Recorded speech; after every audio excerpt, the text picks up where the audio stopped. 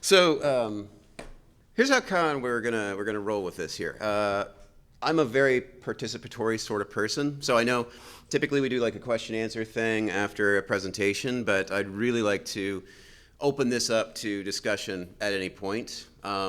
We had just a touch of a late start also. I'm going to make sure that we end exactly at 10 so that people can get where they need to go, but then you can also stay a little bit later up here. We'll do some question answer. If you decide, like you want to go on the tour, then go for that. You have our contact information anyway, so we're always very chatty. So let's see, did anybody come here strictly because of the subject matter? Nice. Awesome. Good. I expect some conversations. So the theme for this month, of course, is weird, and taxidermy fits right into that. So when I was contacted to do this, I was obviously quite excited about it. And I think now this artistic taxidermy particularly is weird in an urban area. Now when you're going into like taxidermy of like deer mounts and things like that in Kansas, Oklahoma, North Carolina, even in parts of Kentucky, it's not weird at all. In fact, it's kind of weird not to have a nice deer head collection. So it's all about a matter of perspective. And I think one of the things for the work that I do with Metalingual Nature is that everything is kind of made from the ground up. That means the forms, that means all the skinning, all the tanning. We do everything, absolutely everything in-house. And so that also has a lot to do with process. And I know that everybody in here works quite a lot on, well, your body works on processes too. So you can't escape processes. But I think we're going to talk a little bit about that during this little presentation too, to kind of get you familiar with what kind of processes I work on. The way I've done this, I've got a little video, so I'm just going to kind of pause it from time to time as we kind of go, because it's a little more dynamic than a slideshow. Oh yeah, it's going. Little totes my goats there. So we work on a wide range of things. So as a naturalist, I work on taxidermy, I work on skeletal preparation, entomology, dissection stuff, and a lot of this is about the presentation, about the engagement. So who's going to be first to break the ice here? Say something. Yes? How do you prepare for that? What's your background like? Do you go to college? Do you get a degree? Are you a scientist? Everything outside of the degree part, yes. How did you get there? I got there by starting my work at, yeah, there are some graphic images in this, just so you're all aware. I got my start in doing dissections and through medical illustration. So that was kind of my focus. I went to, I guess some of that personal background is something I'm supposed to do. So yes, I'm originally from Kansas, which the nature part of that makes a lot of sense. So I was in the middle, very crosshairs of Kansas in a little town called McPherson, 20 miles outside of McPherson, Kansas. So nature was kind of all over the place. And since I was a kid, I just kind of had a fascination with all parts natural. I had a dead box when I was a child, little tackle box that had bird wings and things like that I had collected. I used to put tape over butterfly wings so that I could kind of keep them. And I don't know if my parents ever really found that, but so there was a natural inclination anyway. And we did not come from a big hunting family or anything like that. So it was kind of just started off with a natural inclination towards it, I suppose. So when I moved to Cincinnati on a scholarship to the Art Academy of Cincinnati, I focused a lot on the science end of it, a lot of the academics and really, fine detail drawing and painting and stuff like that. And that's what the medical illustration was about. So I'd find roadkill because I wanted to get specimens that were not, blanched with formaldehyde or formalin, something that showed like the real glory of the inside of the body. The last part of this also will have some dissection images too. You can avert your gaze. It has a big word, says dissection in front of it, so you'll realize when you need to turn away. But the beauty of that, and that's one of the things I like to work on too, is just the beauty of the internal structure. So dissection is a huge part of it. But through the dissection, that meant I had to do a lot of skinning, and very detailed skinning, because I wanted the fat layers and everything else to still be visible. So I ended up having a lot of skin left over. And I didn't really know exactly what to do with it, and that's where the taxidermy came in. It actually is secondary to the process, not primary. So then, over the course of 10 years, this organization has been around, meddling with nature, and now celebrating our 10th year, and my complete independence from a day job, which has been fantastic. I've taken on a little part-time gig at the Art Academy of Cincinnati where I'll be teaching this. So this is pretty interesting. This is pretty good news because, to my understanding, this is one of the first time that this subject matter has been taught in an art school that is actually accredited. So that's huge. And it took 5 years to really, a lot of convincing to get this to go forward. But our class is completely full. We have a waiting list, so the kids are pretty excited about it. So yeah. A lot of this also has to do with just the kind of artistic nature of the presentation. Obviously, like, we're from Cincinnati, Ohio. One of the difficult things about work like this, especially when you're independent, is having to do everything on your own. That means every single part of the process. Now, that includes the video work, that includes the design, that includes, like I said, all of the processes that are made for the sculpture. It's kind of like, I think a lot of artists end up having to be pulled in multiple directions. It's kind of a jack of all trades, hopefully master of some, and that's kind of where I'm at too. So when you're seeing images like this, that's skin tumbling in water. There's a plate of raccoons that were found, or skunks that were found on the road, and this next little clip kind of shows you how that turns into, well, not how it turns into, but the results of what can be found smashed on the road. And so a lot of these poses end up being, I try to make them dynamic and in motion. So that's a breakdancing squirrel there, or a skunk, can't get it right, and that's stuffed. And so a lot of these animals on this slide reel are meant to be humorous, because it also disarms people. But when you say, like, that's one of the great things about going to a party, and everybody goes around and says what they do is like, well, I'm an engineer, I work in a restaurant. When you have stuff like this, when somebody asks, what do you do for a living? It's like, I can do one of two things. If I want to talk, I say, I'm a taxidermist, which is really kind of self-serving, because then immediately everybody shuts down. It's like, what is that like? And that's fantastic for me, especially for kind of networking. If I don't want to talk to anybody, I just say I'm a visual artist, and people just go away. So when you specify it with something odd and strange like that, it has a disarming effect to people, but and that's also what this stuff is about. I mean, this is not meant to be scary. It's also not a creepy thing that's on a wall or a deer mount, which that sort of thing we don't really do. We only do full-size mounts, and they can be serious. They certainly can, and a lot of the naturalist work that we do is trying to represent animals in their natural habitat. So what we got going on here is a great Malaysian Argus pheasant. And these are the kind of feathers. This was damaged. What you're seeing me do is actually clip the original wing feathers off and replace them with new ones. So this is one of the originals from this bird. This is a tail feather. So, words. So that is the finished mount of the great Malaysian Argus pheasant. It has these huge wings, and then its mating dance is this head in the middle of that crook of the wing, so it's just like staring like a satellite dish at the hen, kind of mesmerizing and moving its wings around. But this kind of gives you an idea of the sorts of animals that we are working on. This is important when it comes to naturalism, because there are no examples of this in natural history museums outside the one in London that I've ever really seen in a full display. And one of the specimens that I worked on is a Bornean Argus pheasant, is the only one known to be mounted in any way in the United States. Which, that's a really long story how that even came to be. But so there is a lot of kind of humor and fun in the work that I do, but there's also a huge serious amount. Like I said, stuff like this gets people really interested. It's like a hook. And then this is the sort of thing that helps educate more. And that comes also with like models, anatomical models, like that skeleton, that lion skeleton from before. We'll see a little bit more of that too. But this is just a couple examples. That's the full display of some of the other work that's not as humorous, but a little bit more naturalistic, I suppose.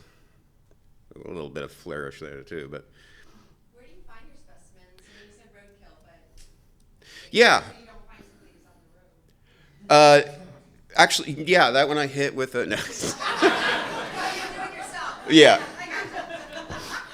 So, and that's that. Okay, good question there, because when we're talking about roadkill too, it's like we say we're a no-kill taxidermy studio, or casualty death studio. But I mean, I do want to make one thing clear: like hitting things with cars, that is a manner of death. You know, like we are responsible for that. That is what I call zooslaughter, same as manslaughter. It's a thing, but then the ethics and the morality of it always have gray areas on what causes some sort of death. But usually for people in artistic taxidermy, like when you have things like roadkill, that is completely okay because you didn't kill it specifically for taxidermy. But yeah, all the raccoons, the skunks, most of the stuff, well, actually all the stuff that you would find around the Cincinnati area, I've picked up myself. And then things like this, the swan, this particular swan died from freezing to death after it got out in the winter.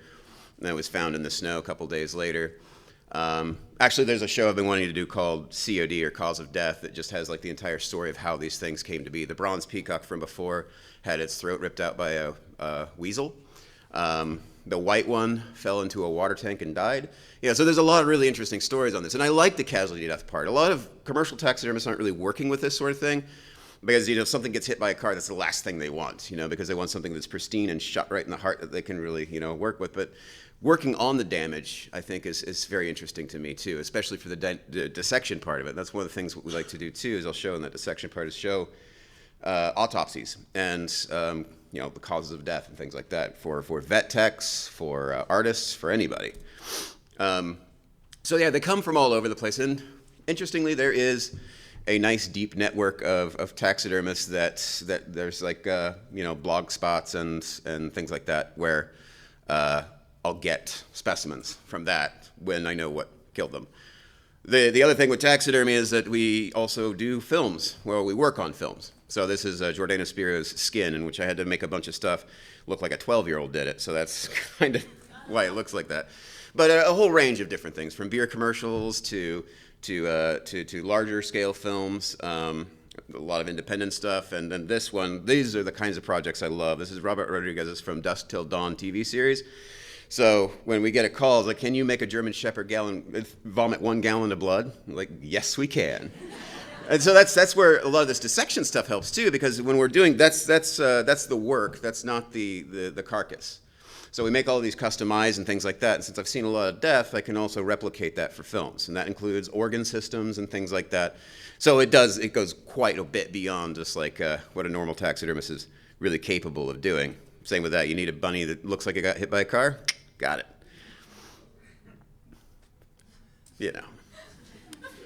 And a lot of this also has to do with life and entomology. So insect preparations. This is something, too, that we've done at the Museum Center. We've done it at Lloyd Library and also in our own studio, teaching people how to do this themselves. So this is the collection of insects. And so, like, as you've seen, the natural world is just, it's overwhelming. So the taxidermist thing isn't quite accurate. It's yes, go. Is your most of your work still life, or is some of it designed, some of the requests like to make it mechanical? Some of it is, designed to be mechanical. And actually, there's a real huge interest I have in the kinetic taxidermy part of that, or especially with articulations and skeletons that are moving so that you can actually see how the joints work. But like that, that German Shepherd needed to be wearable almost, like in the scene when he drops it on the ground, it just like smashes and tumbles. It has to have the right joints, and it did. Like it has to have otherwise it looks rigid, which is okay for like when you have a rigor mortis specimen, because then it's always going to be stiff. But yeah, absolutely. Then with the insect thing too, I love the photography of that. Yeah. So in terms of like the swan you were saying, Yeah. do you just are you in like a network where people call you up and they happen to see a dead animal somewhere and like you're on a list, or how does it I'm on a list, both in Hamilton and Kenton County now.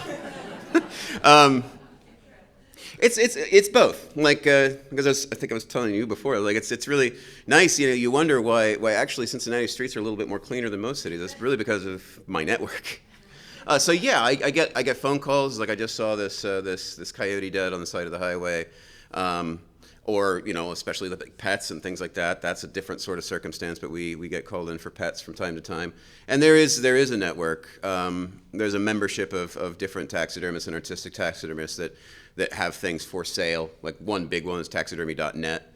A lot of that is hunted specimens and things like that, but I go on there from time to time. Actually, the Swan came from a listing from there. That, like, some projects are personal, like the Swan. I ended up selling it to Ralph Lauren for their window displays, but it starts personal, and then I end up trying to unload it.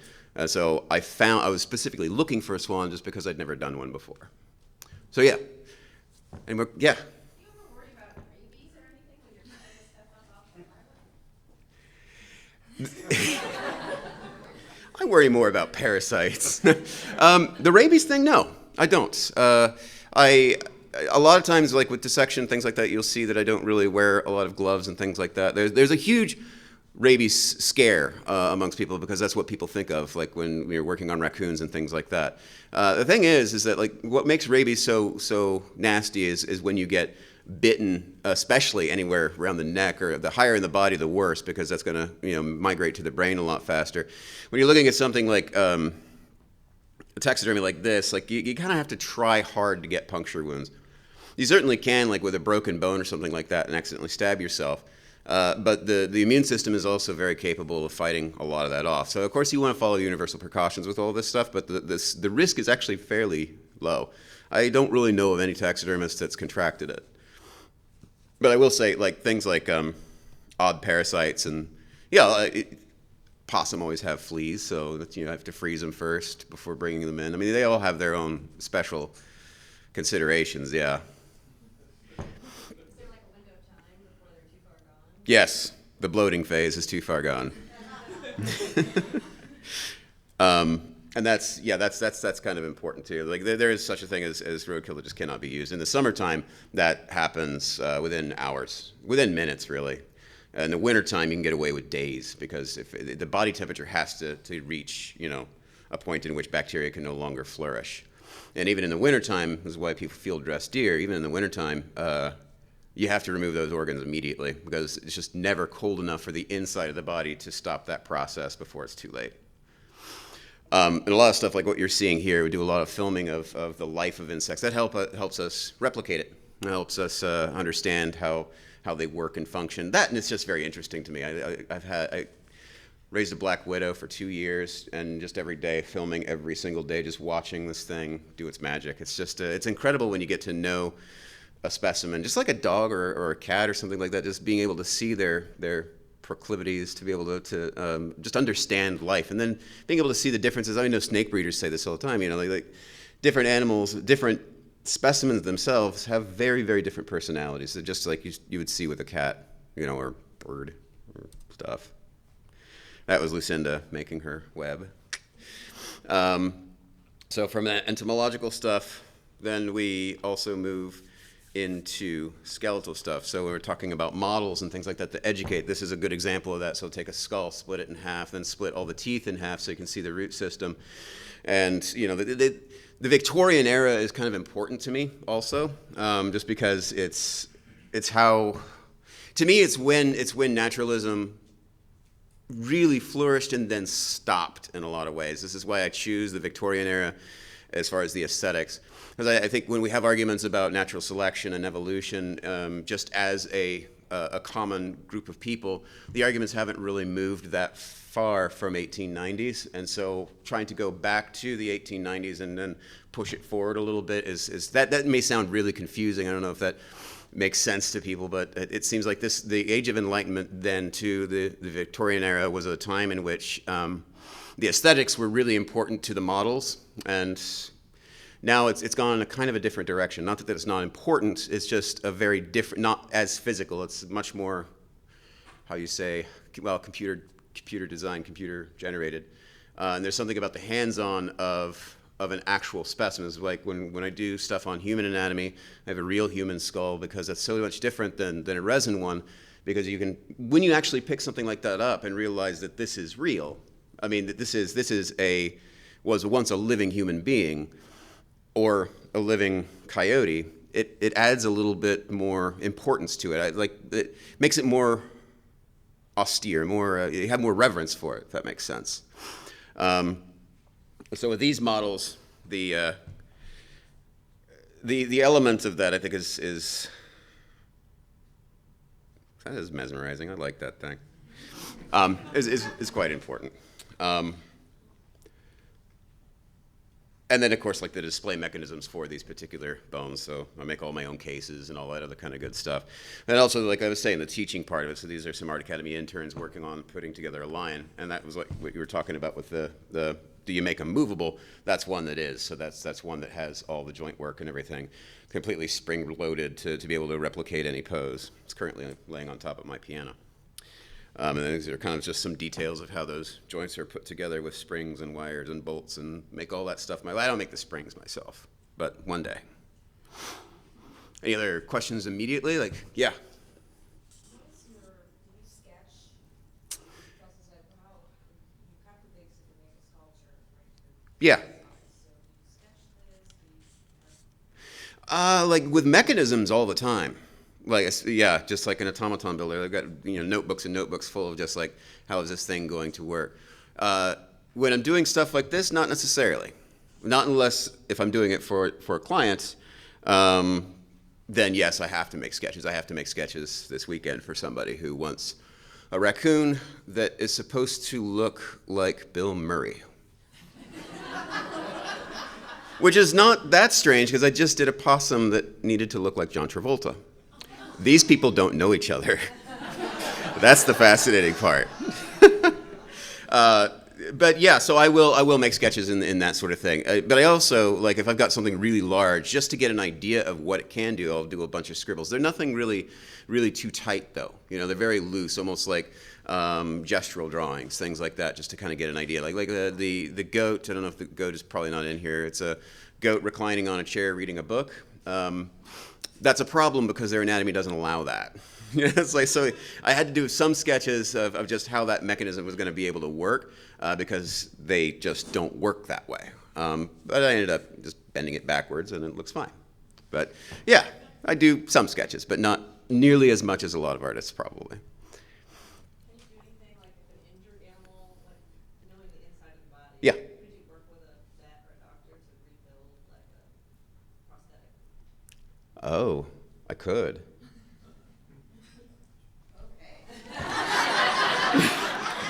This is why I'm here. Okay. Well, I mean, yeah, I do work with vets, but mostly educationally. But I've not really ever thought about this prosthetics part. But yeah, that's something interesting to think about. Did you have one too? Yeah, I was just curious, like, a little bit about the process, because I saw the video, you were literally shaping a mold. Yeah. I assumed, and I don't know why, but the skeleton is the frame, and then you put your stuff around it, but I get the sense that that's not Nope. the case. You literally, like, form it from scratch. Form it from scratch, yeah. And everything is a little bit, About that yeah, okay. So like this stuff, the bones, I'll go ahead and keep those. This is actually a mountain lion, the mountain lion that fell off of a cliff, and that's the damage that was done to its skull. So that sort of stuff. And I love this example because it shows just how well you can actually clean a skull and still have it, represent this beautiful kind of cause of death. But actually, what's in these little guys here? So the animal is completely skinned all the way to the toenails. Usually the toenails are kept in, but that's it. There's some differences with this. Like some birds, you keep the skull in, you just clean it completely. And then the hand part of the wing is generally kept in and injected, and the bones are actually kept with that because they're good scaffolding for the wire and the foam. But let's just say a mammal. So a mammal is usually just, okay. So this is a kitty that is ready for taxidermy. If this is too much, I got a raccoon down here too. So it's like whatever. So as you can see, like it's just like what you would have for the garment industry. It's completely empty, nothing in there. Now this is tan so that it can remain flexible because it's supposed to be a hat. So from here, then the body is what's going to tell me how to. If anybody later on, if anybody wants to play with this, that's perfectly fine. So from that point, when you have the body, you can make molds of the body, which a lot of people do. I think it's just not very helpful. But what I'll do is take the measurements of particular bones and everything else, and then sculpt off of that. Sometimes off of a wire inside frame, and other times just like that tiger that you saw. It's just block of foam that I'm just chiseling away. From that point, then there's a clay that is used that I prefer to use on the face. Like once you get the head mold and everything else completely done, then there's clay put around that, and then it's kind of sculpted from the outside inward. So like everything has to be, when you're skinning something, it has to be all the way. Like everything has to be turned inside out. So even the lips are turned inside out, because then that curves around the form. It's called tucking. So you tuck the lips back into the actual. Could be polyurethane form, could be polystyrene, could be wood. You can even use wood on some of this stuff. Any follow-ups on that part? Because there's all sorts of confusing stuff that goes on with that. So just to understand, Yeah. you're making basically a sculptural, I guess mold isn't the right word, of the body, and then you're just stretching the skin back over top of Yeah. it? Okay. Yeah, and with glues and adhesives and stuff like that. And then an additional, like I said, kind of like an additive sort of sculpting too with clay, so that you can get some of those finer details like veins, like on deer legs, have really, really huge femoral veins and stuff, as well as like with the raccoon, just getting really good, distinct structure around the nose and things like that. Now, the general taxidermy industry does not work like that. You go into a catalog and you order a form that's already made. So there are people that make their entire livelihoods out of just making forms. And so, I've got a catalog, it's like 200 pages of just deers, just different type of deer. They're so cute. Some of the names are amazing. There's the slight sneak looking right. There's the full-on sneak. It's just ridiculous titles. But those are really fun catalogs to look through, because, you can even get a giraffe forms in there. Yeah, but that's where it really turns into sculpture for us, is because I'm doing things it is sculpture from the very ground up. Did you see, or just gesturing? Okay. How long does this take you? What's just so much time that you work on it? Everything's a little different.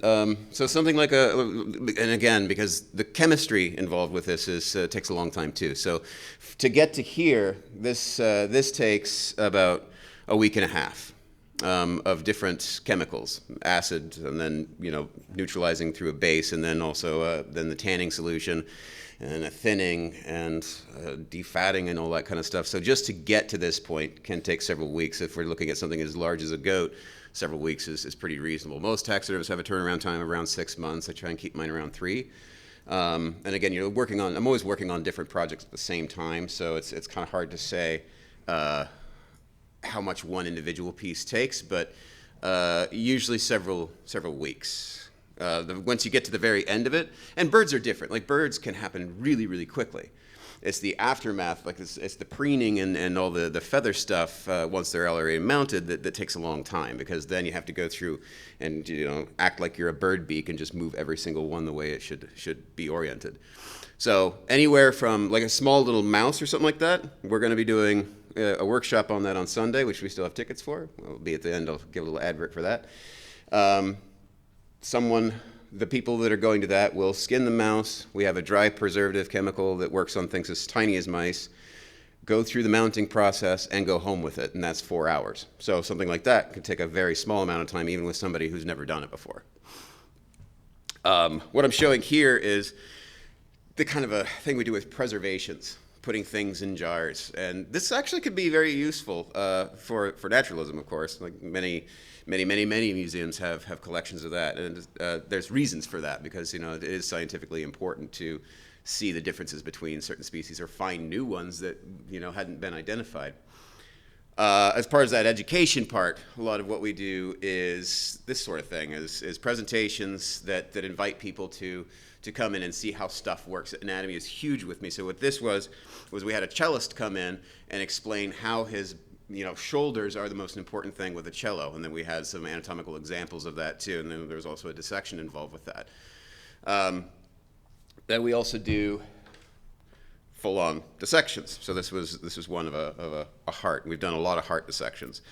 And going into some medical history too, showing kind of how circulation was originally explained, and so we being able to use that on real people to kind of show the actual mechanisms under that. So again, the anatomy and the medicine is a pretty huge part of this. We also do dinners. So this is a heart dissection, but the cool thing about the heart dissection is that you're also going to eat heart. And we did that on Valentine's Day in at Goods on Main Street in Over the Rhine. That was kind of a more private dinner affair. People loved it, though. I think there's something really interesting about connecting food to something like this, because I think we did one of these early dissections, and we also had, because we always have like nice little foods and fruits and whatever for people to snack on while we're doing them. And then it's like, I really like the dissection, Jeremy, but I really don't think you should ever serve food at this. And that just made me think, I think I need to serve food all the time. And so that's something we've been playing with for a number of years, is eating the dissection. Yeah. Do you have like a website where you advertise these dinners? Yes. Oh yeah. That makes me think that sounds like a great Valentine's Day. It is. Yeah. Yeah. I certainly do. Yeah. I'll put up our website and everything else here at the very end. Man, time just flies. Then other things like this is an open studio where people are just allowed to draw stuff. We also do lectures, kind of like this one, that are much more focused on particular people. Like this with Sir Alfred Russel Wallace, a big hero of mine in naturalism. And yeah, with all of our events, we have them up on the Facebooks, which is Meddling with Nature, Facebook. Then also our actual website. Yeah, I guess that needs some explanation, doesn't it? We're also taking pre-orders for flying pigs now, if anybody's interested. So this was a parade that we were doing for Bachfest, and Karina, who's sitting here in the front, wave. She was running for Sausage Queen Cincinnati, and so we came up with the idea of 8 tiny flying pigs and a Segway during the parade. And so this was a good internship project too for the Art Academy. So the Art Academy was able to make their own pigs and learn taxidermy at the same time. Yeah.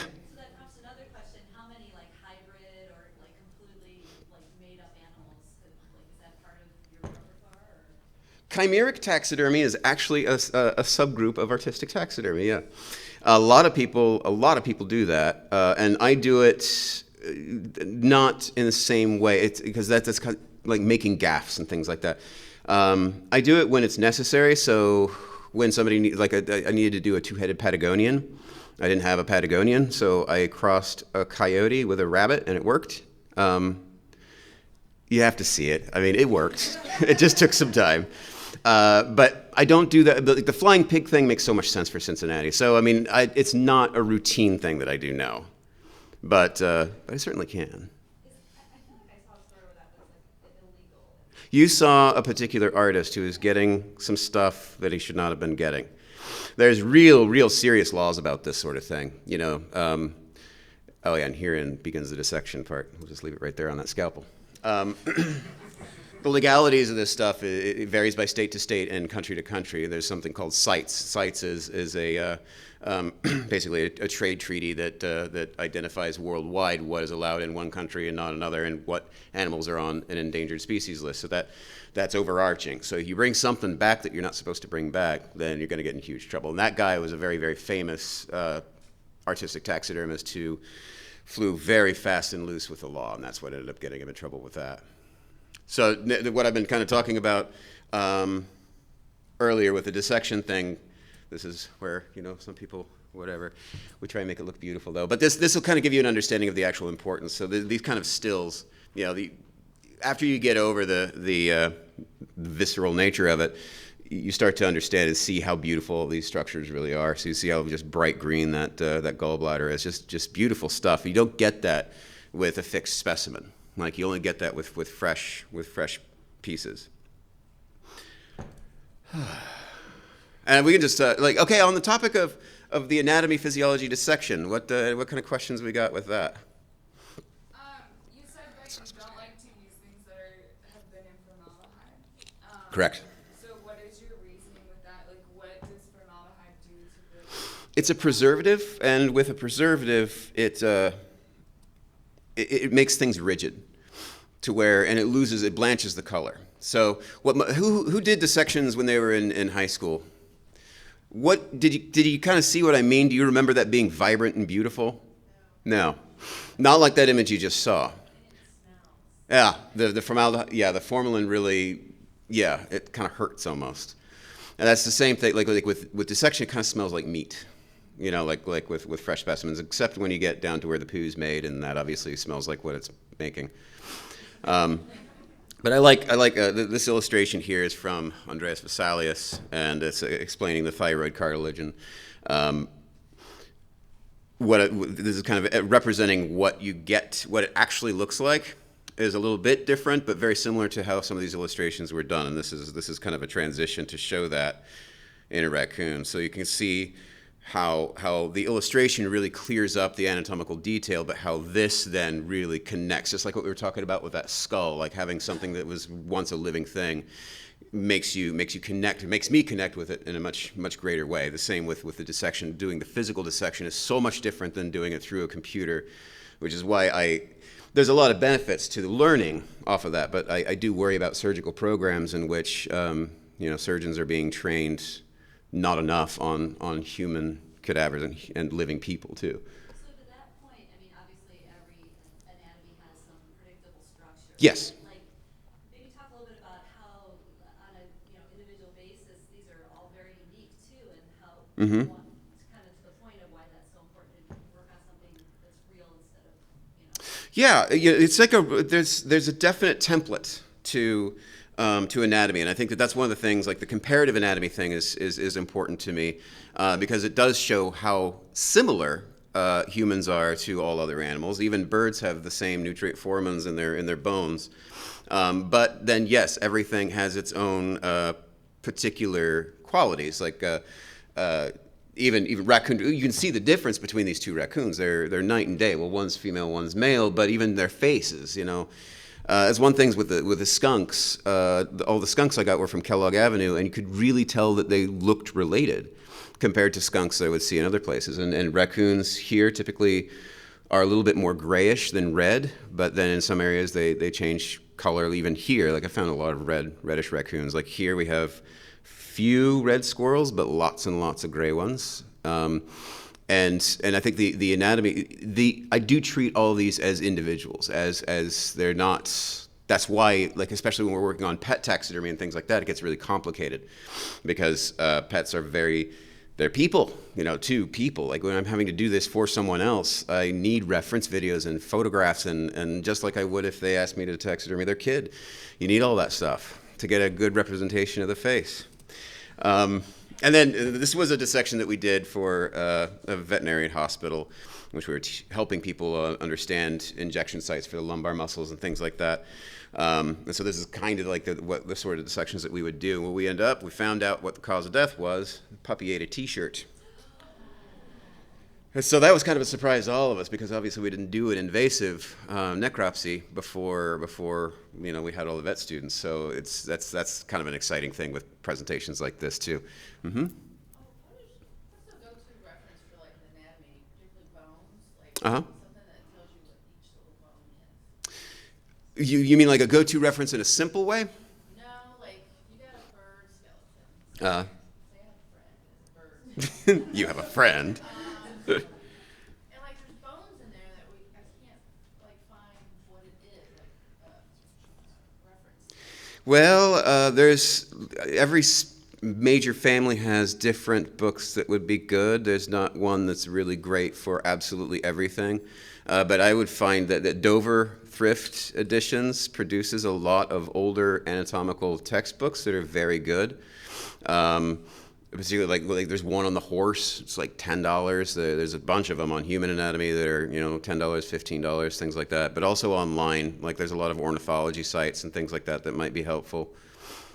But there's not one good go-to book that I could recommend. But even the internets will help you out a little bit with that too, so long as you know what you're kind of looking for. So. Backlash from like animal rights. It's funny you mention it on that slide. Yes, well, not as much as you might think. Lexington was not so kind. I don't know why, but Lexington had some problems with it. But Cincinnati, no. I get very, very little. which I've always been kind of surprised at. But then again, like the way we get some, like we even had some comments on our Facebook, or not on our Facebook page, but somebody else's Facebook page a couple days ago that were apparently incredibly inflammatory, and then immediately removed when another friend said, "You do understand what this person does, right?" Because we do take a moral high ground quite a lot, on how all this is done, and we can always back up what we're doing. We are getting real close to 10, 9:55. So like I said, I will excuse people in about like 5 minutes. But first, I'm going to do a couple little pitches, and then I'll answer some more questions and let y'all know when it is actually 10. So what are we doing right now? Yeah, this, by the way, is, we also have business cards. So if anybody wants that, but this is our website, mentallynature.com, and then also it's the same on Facebook. It's the same with Twitter-ish. It's like meddling W nature. We're pretty easy to find, though, and then once you get to something like our Facebook page or our actual website, then that'll direct you to everything that you would ever need to know about us. We also have a podcast if you want to listen to my beautiful voice more frequently. That will be starting up again, hopefully weekly or bi-weekly. We're recording one tomorrow, which will be very exciting.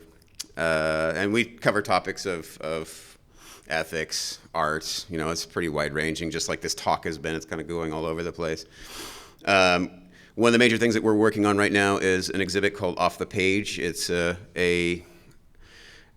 preservation. Anybody familiar with Lloyd Library? Huge resource, artistic resource. For those of you who aren't aware of it, it's incredible. It's on 9th and Plum.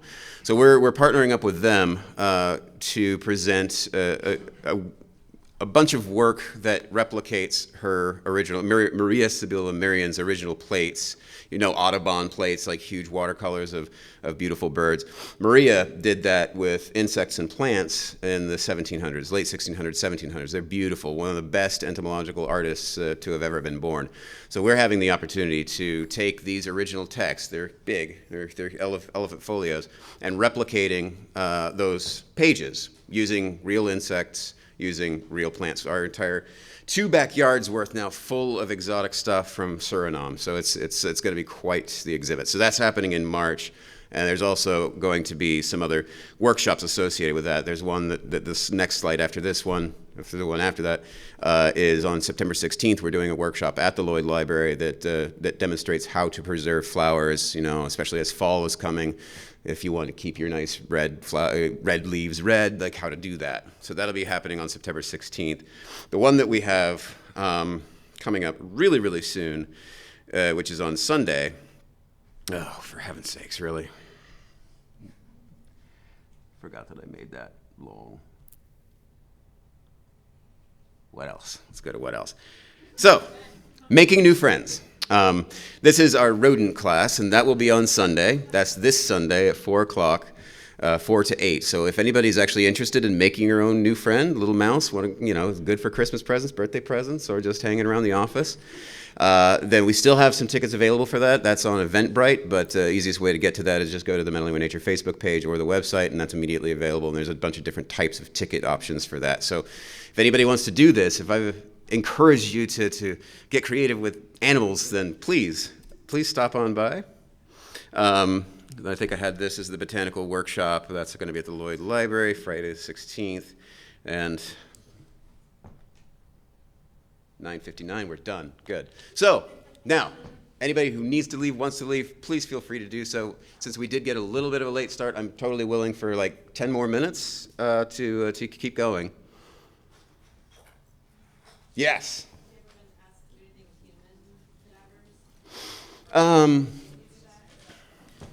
The laws on that are all over the place too, and they're very complicated. It's actually kind of funny how weird and complicated the laws on that are.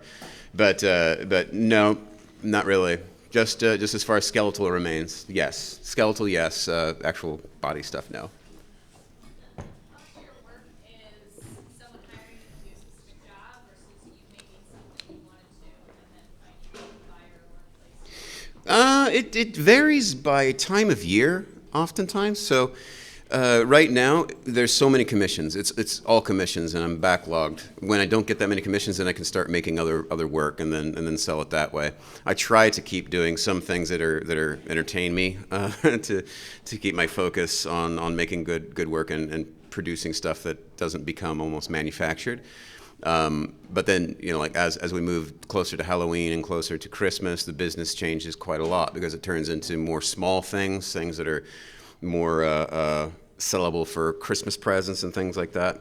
So a lot of minor displays, small stuff rather than really large stuff. So it kind of changes, just like I guess every industry does, based on kind of the demand in the market at the time.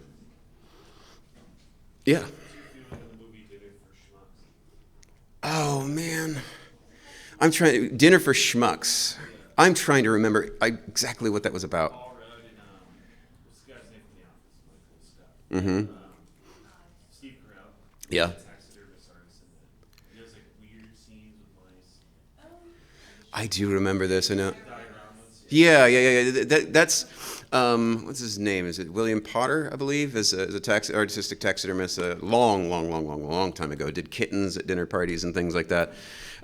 That's actually I think they're pretty much referencing that guy. And actually, they're working at Morbid Anatomy in New York right now to get that exhibit there. Yeah. I mean, I think in some ways you might be asking how I feel about Norman Bates too, but it's when you're looking at how people treat taxidermy in things like film and stuff like that. Usually, it's either backwoods or it's weird. Exactly what we're doing here. And that's where I get the Norman Bates thing a lot. I get a lot of Buffalo Bill. Well, actually, I get a lot of Hannibal because I don't really understand that Buffalo Bill was the guy with the skin, but. But I think we all kind of take that with a grain of salt because it is kind of humorous, and again, I do have a very morbid sense of humor, and I do a lot of things that kind of look like that, and I like the idea of little stupid dioramas. So I mean, I appreciate it. Anytime I see something like that, I appreciate it, and a lot of times I'm, realize like I need to get a hold of these people in the future and do that work rather than let somebody else do that work. Yeah. The shirt's a pretty good one. I mean, that's not really all that weird when you think about it, because it makes sense. Uh-huh.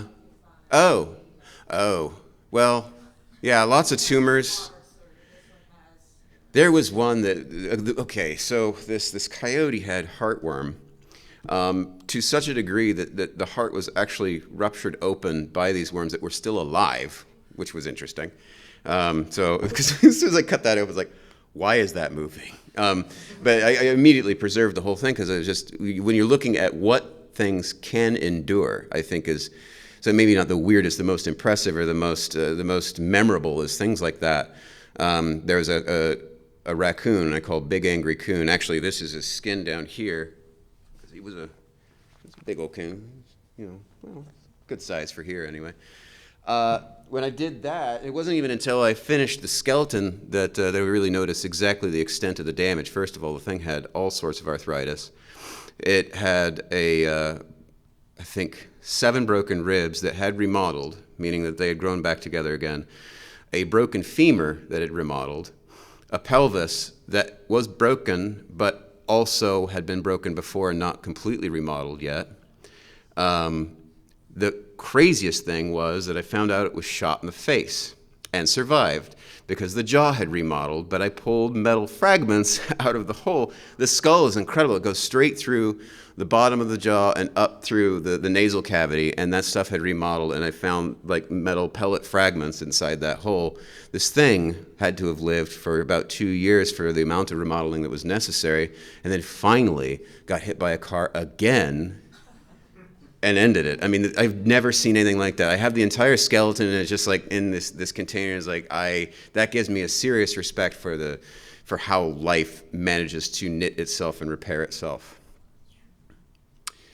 Any other? Yeah. You don't have to share this if you don't want, but would you be willing to kind of the span of like, what do you sell these things for? It takes you so much time. Oh, yeah. Well, it kind of ranges. Obviously, like I try to increase the prices as the demand increases, you know. But one thing that has always been very important to me is if like I Google somebody who's asking us a question about a price of something, and I find out that they're some art collector in L.A. That doesn't change the price of it versus somebody here, you know, because I always want to remain consistent, but I need to have to grow also. So we could look at things like raccoons, 500, 600, 700, like things like this.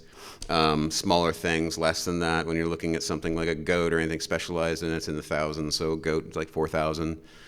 And then skeletal articulations, that could be really crazy. I mean, like something like that lion can be 10,000. Can be more than that. So again, like the prices will really vary on that. A lot of the stuff that I'm working on now is not so taxidermy based, even though we've got a ton of commissions for it, but working on more woodworking sorts of things and displays and other kinds of anatomical devices for educational purposes. And those also range, you know, wildly in pricing too. Does that answer it at all? Or okay. What's the largest animal you've ever? Largest so far is Bengal tiger. It's not quite a horse, but I mean it's 9 feet of angry cat, and that's huge. I mean yeah, I think the very opening of that, you kind of see the very beginning stages of the carving and the form on that, and even things like deer. Like if you get the whole carcass of a deer that you find on the road and trying to lug that into an SUV and everything else, and then people are staring and kids are crying and it's like, I remember the last time we did that, there's a blood trail going from my sidewalk up into the door. I live on like 17th and Greenup in Covington, so it's not like a rural address. So it's, but yeah, I mean, that takes some effort. And also just the things you may not think about too is like you do have to break rigor mortis out of that, and that's not a one-person job. I was like, you know, stabilization on a deer and then just like really putting your entire body weight into being able to get that knee to move again. But yeah, Bengal is the biggest. Yeah, yeah. Yeah. Have you ever been harassed or stopped by the police for picking up and dragging these things around? You must have some stories about that. There was a time I was stopped for speeding. It wasn't because actually, like I've asked Hamilton County Sheriff Department, you know, in particular about it because that's where I was picking up a lot of stuff, and the answer was we really don't care, just so long as you're not endangering traffic. It is technically against the law because it's a non-emergency stop, but at the same time it saves somebody else some work of having to clean it up also. And I was thinking about putting like a little flashing light on my truck so it looks like I'm a little bit more legit. But then I started thinking about the Ghostbusters ambulance thing, and it's like, so now I'm thinking I'm going to deck it out a little bit more. But yeah, I was stopped by a police officer in Indiana once, and I just had all these bags of ice, and this was when I was driving a car. I was like, what's underneath the ice? He's like, it's a peacock. And he says, I'm going to need to search your car a little bit. So he takes all the ice out, and sure enough, there's this dead peacock sitting in the back seat, and he didn't even ask any questions. He just handed my license back and said, like, you have a good night, sir. That was about it. I mean, we have had a lot of things with the police in different ways, though. There's been one instance in which, oddly, we were kind of asked to possibly identify a human bone fragment. So we have a good relationship with some. And then my house was searched once in Price Hill because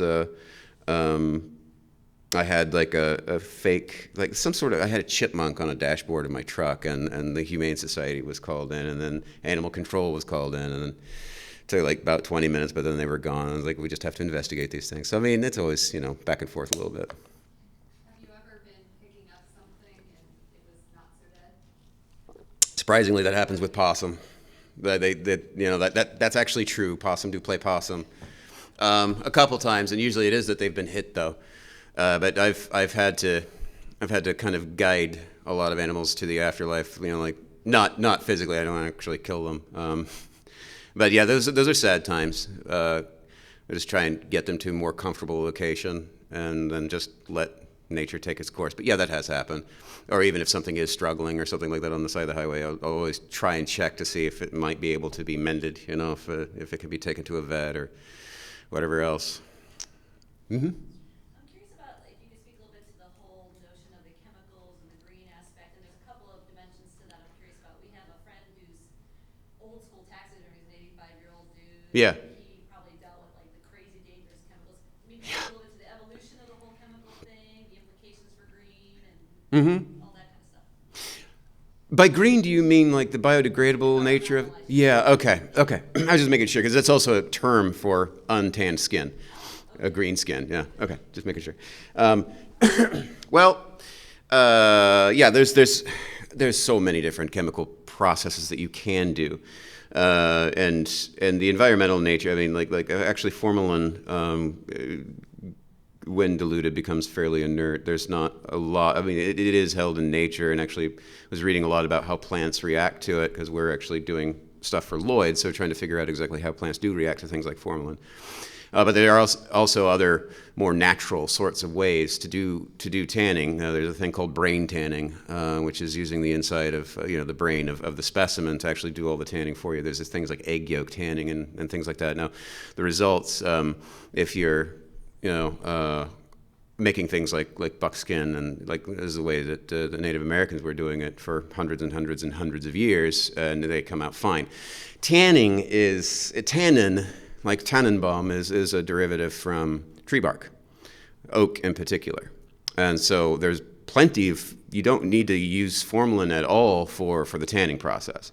That's only the preservation. So like when I'm using formalin for like a specimen or something like that, that is going to stay there forever. Like that's never going to get disposed of. Other stuff is basically just acids, like different types of acids that can be rendered neutral by baking soda. So there really aren't a lot of environmental issues with that. Now, there used to be, or at least personal hazards, such as arsenic was very commonly used, even mercury. In older taxidermy. So when people are doing work from like natural history museums and having to do refurbishing work on some of these old specimens, they have to be careful because there is an arsenic risk. That's not necessary anymore as chemical understanding and how skin works under certain conditions has been changing over the last 100 years, really, and especially in the last 50. But like I'm sure, like was it your father, grandfather, what? Okay. Yeah. Yeah. It could. It's always a possibility. Like I do want to. I'm always very cautious about what kind of chemicals we're getting ourselves involved with. And Tracy and I, she's in the front row there. That's Tracy. She works with me every day too. Made a concoction out of this. What was it? Like the raw material, 1 gram was enough to kill you when you found out the Nazis actually used it. So there's some risks. Yeah, you have to be a chemist. You have to be a chemist in order to do this stuff too. That's not for the taxidermy part. That's for a lot of the presentation stuff or the preservations. But it is always a concern, certainly.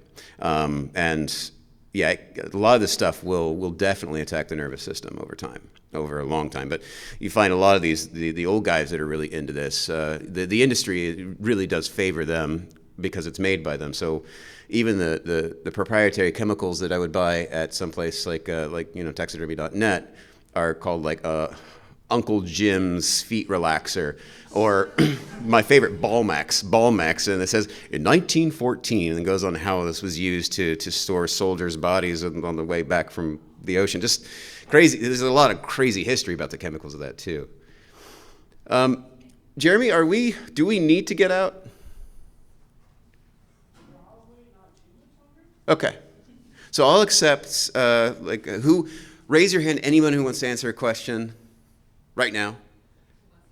No, sorry, ask. All that want to ask a question. Okay, you three and then we're in. Okay, we'll start with you, yeah. How do you get the bone so clean? There's a couple different methods for that. We actually just did a skeletal workshop on that. For the cleaning, there's a boiling method, which means you just boil it all off. Then there's also a maceration method, which is it's a cold water maceration method. You basically put all the bones in water and let bacteria do the work over the course of weeks and weeks and weeks. And then there's also the dermestid option. Dermestids are little tiny beetles that eat the flesh off of the bones, like really, really itty-bitty tiny ones. And so those are the 3 major methods, and you can actually mix and match those too. Now for the whitening, that's just a 3% peroxide.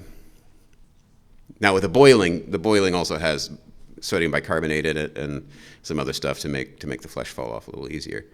Yes. I'm just wondering how you market yourself. Like, is it such a niche field that you're working that people just come to you, or do you? Yeah, Yeah, we've got, like sometimes we get little opportunities that help us market ourselves quite a bit. Like there's a book that came out called Furiously Happy that used one of our raccoons, one of these little guys, and it's a bestseller, and so a lot of people have read that book, and there's a chapter on me in there too, so that helps. And that was just today I got another commission for one of those. That makes 3 this week for different raccoon poses.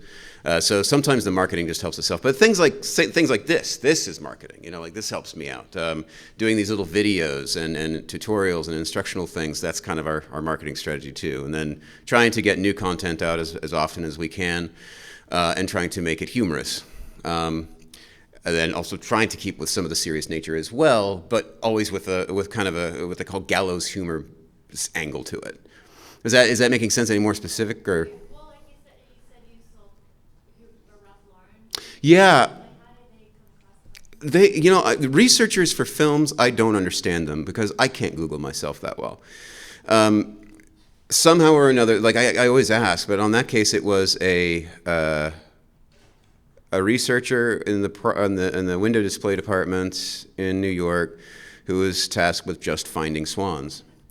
I mean, if you Google swan taxidermy, mine pops up pretty quickly. I mean, there's not a lot of people that are doing swans. Now, if somebody is looking for deer heads, they're probably not going to contact. But I do get contacted every year in deer season, and that's just through when you type in taxidermist Cincinnati, it pop up.